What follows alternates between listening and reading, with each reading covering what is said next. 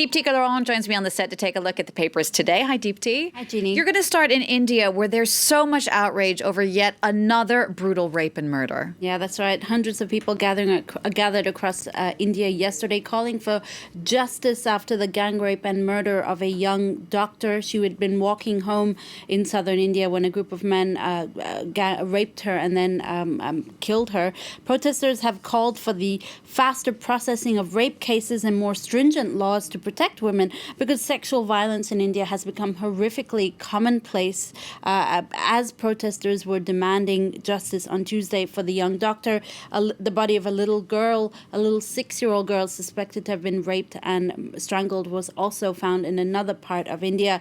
Now, yesterday, the anger on the streets also boiled over into Parliament, with certain members calling for a blanket death penalty for all rapists, some even advocating things like lynching or physical or chemical castrations as punishment. What are the opinion pages saying today? Well, there's a lot of varied opinions, but the editors of the Deccan Herald say it's clear that India hasn't gone far enough in tackling crimes against women. I mean, this latest rape and murder comes nearly 7 years after the rape and murder of a woman on a Delhi bus that sparked worldwide outrage.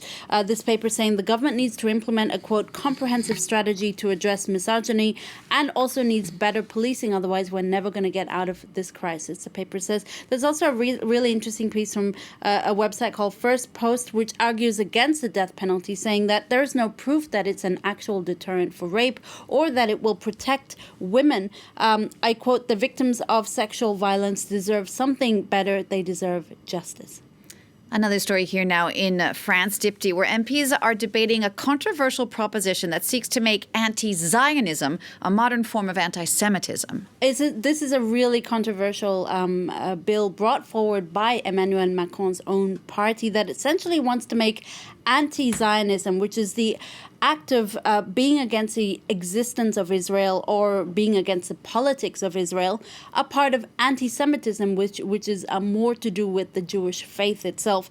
The bill has sparked an open letter from 127 Jewish intellectuals in today's Le Monde, in which they urge French Parliament to vote against this bill, arguing that they're basically arguing against conflating anti-Zionism with anti-Semitism. Firstly, they say around 20% of Israel's population are Palestinians, mostly of Christian or Muslim faith. This bill would deny their existence. Secondly, the letter reminds us that many Holocaust victims were anti-Zionist, and this bill could not just offend or dishonor their memory, it could retroactively call them anti-Semitic. All right, we'll be keeping an eye on that. A lighter note now here in Paris, some football news. Lionel Messi was awarded the Ballon d'Or, the biggest individual award for a football player, for the 6th time in Paris. That's right. The Argentine attacker won his 6th Ballon d'Or at this ceremony in Paris. The award is voted by journalists, and Messi's triumph delighting the Spanish papers because he plays for Barcelona. As you can imagine, for history, that's what this Spanish sports paper Marca says on its front page, going with the covers from the other 5, their own covers from the other 5 times when Messi won. I like the evolution of Messi's hair. And his age as well. It's nice to see the evolution of a footballer aging over the years. The French sports paper L'Equipe is almost speechless, but they managed to muster up one word today, l'unique, or unique, I guess you can get the sense there. Messi's victory, though, has drawn criticism, Jeannie, from African football fans. Our colleagues at RFI report that Senegalese footballer Sadio Mane was among the favourites, but he finished 4th.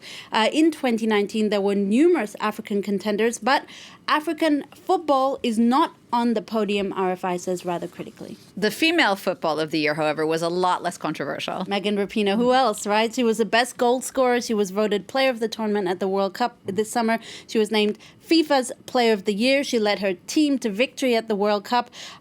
She's just been really, really present this year, crushing everything in her way. That's what Le Monde says. Also, on field, but also off field, you'll remember she took a stance against Donald Trump. She refused an invitation to the White House. She refused to sing along to the U.S. national anthem to support a boycott against police violence. My only gripe today is that it's disappointing she's not sharing the front pages alongside Lionel Messi. Still a long way to go Exactly. there. Dipti, let's wrap up now with something completely different. It's science behind why we always have room for dessert, even if we have a big meal. I'm thinking off the back of Thanksgiving. This is very interesting. Well, actually, this article did come out from the American website Vox probably with Thanksgiving in mind. So we've all been there, Thanksgiving or not. We've had this copious meal. We've gorged ourselves. We're complaining about how full we are. And then someone brings out this amazing looking chocolate cake and you're like, oh, I'll have just a little bit, And somehow you have room for dessert. So this researcher in human behavior, Barbara Rolls, she's been studying this phenomenon for years. She's even got a term for it, sensory-specific satiety. So basically, Vox carried out their own experiment and discovered that when you're feeling full after a meal but you have room for dessert, it's because you're not actually physically full. It's just that you're sick of seeing that one thing that you've been eating. So as soon as they bring something new, it suddenly looks really appealing and you have an appetite all over again. It's actually kind of an evolutionary thing. It's why we have variety in our diets, or why we should have variety in our diets. And why we should always have a little square of chocolate at the end of our meal. Dipti, thank you for that. Do take along with that look at the press review for you today. Don't forget, you can see it again on the website, the address france24.com.